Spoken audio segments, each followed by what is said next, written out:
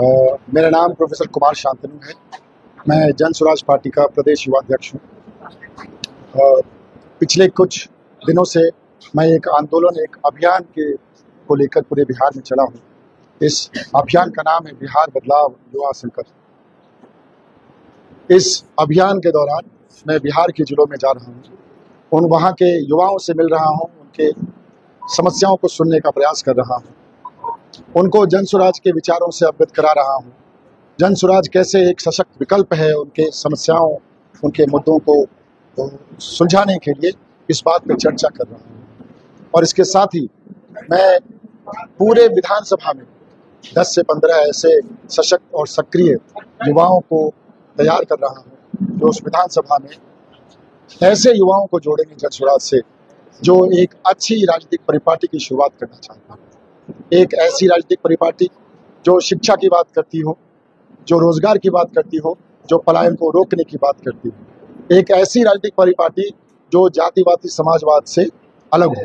तो ऐसे युवाओं को हम जन स्वराज के साथ जोड़ रहे हैं और उनको एक सही विकल्प चुनने के लिए संकल्पित भी कर रहे हैं। सर, 23 जून को मनीष सिंह ज्वाइन करेंगे जन स्वराज, क्या लग रहा है मनीष सिंह ज्वाइन करने से? और साथ ही पवन सिंह भी कितना बल मिलेगा? देखिए, जन स्वराज में उन सभी युवा वर्ग के साथियों का स्वागत है जो जन स्वराज के विचारों और सिद्धांतों से सहमति रखते हों, उस विचार और सिद्धांत के साथ चलना चाहते हैं। मनीष कश्यप जी, युवाओं में उनकी कुछ फैन फॉलोइंग भी है। तो अगर मनीष कश्यप जी को लगता है कि जन स्वराज एक ऐसी विचारधारा है जिससे वो समर्थन रखते हैं, जिससे वो सहमत है, तो उनका स्वागत है। और अभी तक जन स्वराज का जो चिन्ह है वो नहीं आ पाया है। चुनावी समय पास आते जा रहा है, लेकिन चिन्ह का कोई अता पता नहीं है। देखिए, नई राजनीतिक पार्टियों को चुनाव चिन्ह देने की एक प्रक्रिया है जो चुनाव आयोग के पास है।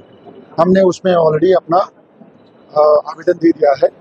अब ये चुनाव आयोग पर निर्भर करता है कि वो कब उसको जारी करती है। जैसे ही वो जारी हो जाएगी तो हम इसको लेकर जनता के सामने आ जाएंगे। सर, आप युवा है, युवा को राजनीति में आना कितना जरूरी है? देखिए, ये सवाल ऐसा ही है कि अब आप प्यासे हैं तो आपको पानी पीना कितना जरूरी है। बिहार क्या, किसी भी देश का और किसी भी राज्य का भविष्य युवाओं के भविष्य से टिका हुआ है। तो युवाओं की सक्रिय सहभागिता राजनीति में इतनी जरूरी है कि अगर आपको युवाओं के मुद्दों की राजनीति करनी है तो आपको युवाओं को सक्रिय राजनीति में लेकर आना पड़ेगा। सर, चुनाव के समय में युवाओं को मुद्दा बनाकर चुनाव के समय राजनीति कर लेते हैं, उसके बाद युवा को फिर छोड़ देते हैं। सभी पार्टी का ऐसा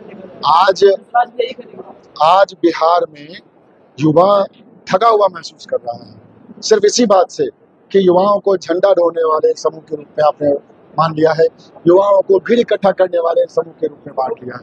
युवाओं के मुद्दों के ऊपर कोई राजनीतिक पार्टी बात करने के लिए राजी नहीं है। आज अगर बिहार का युवा शिक्षा से वंचित है तो इसकी जिम्मेदारी पिछले 30-35 सालों से सत्ता पे काबिज जो पार्टियां हैं उनके जिम्मे आती है। आज का बिहार अगर मजदूरों की फैक्ट्री बन चुका है तो उसकी जिम्मेदारी भी उन पार्टियों पे आती है जो पिछले 30-35 सालों से बिहार सरकार चला रहे थे।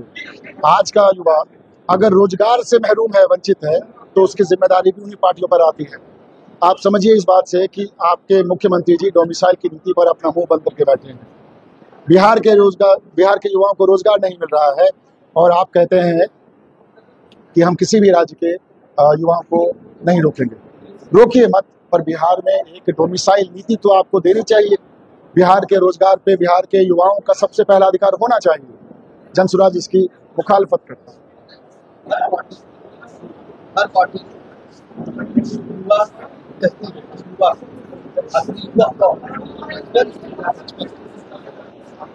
देखिए, युवा वो जो युवा की सोच रखता हो, युवा वो जो युवाओं के लिए मर मिटने की बात करता हो, युवा वो जो उस दंश को झेल चुका हो। आप सिर्फ उम्र के साथ युवा वर्ग को बांधना बेईमानी है, लेकिन मुझे लगता है कि आज के समय शिक्षा, रोजगार, पलायन युवा वर्ग की सबसे बड़ी परेशानी है। आज प्रधानमंत्री के द्वारा वंदे भारत ट्रेन पटना से गोरखपुर के लिए एक सौगात मिली, इसको कैसे देखते हैं? देखिए, प्रधानमंत्री जी आए ट्रेन का सौगात देते जा रहे हैं और साथ में हमको बेइज्जत भी करते जा रहे हैं। कहते हैं कि हम यहाँ से गुजरात ट्रेन भेजेंगे, उस ट्रेन में बिहार के श्रमिक परिवारों को सहूलियत होगी। तो प्रधानमंत्री जी की नज़रों में बिहार श्रमिक परिवारों का एक राज्य है। बिहार में आके उन्होंने किसी इंडस्ट्री के रिवाइवल की घोषणा नहीं की। आप आते हैं वहाँ पर मखाना बोर्ड का बजट में आपने एक लॉलीपॉप दे दिया। बिहार के कृषि के लिए एक कॉन्क्रीट बड़ा पैकेज, उसके सुधार के लिए, डेवलपमेंट के लिए, ये अनाउंसमेंट मुझे नहीं दिखा। जब चुनावी वर्ष से पहले आए थे हमारे प्रधानमंत्री जी, तो उन्होंने बड़ा बड़ा पैकेज अनाउंस किया। वो पैकेज अभी तक पहुंचा नहीं, रास्ते में कहीं रह गया नीतीश बाबू के घर पे। जन स्वराज में मुख्यमंत्री का चेहरा कौन है? जन स्वराज में देखिए, यही फर्क है जन स्वराज की राजनीति और बाकी पार्टियों की राजनीति।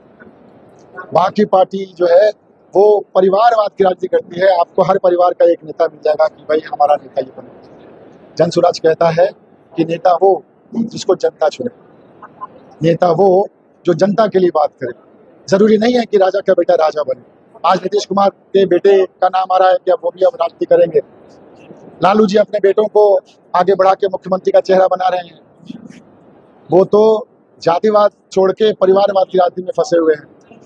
तो जन स्वराज में नेता या मुख्यमंत्री जन स्वराज का नेता बनेगा, जिसको बिहार की जनता चुनेगी वो बनेगा। प्रशांत किशोर होंगे या नहीं होंगे, इसका जो आकलन और जो तय करना है वो तो जनता के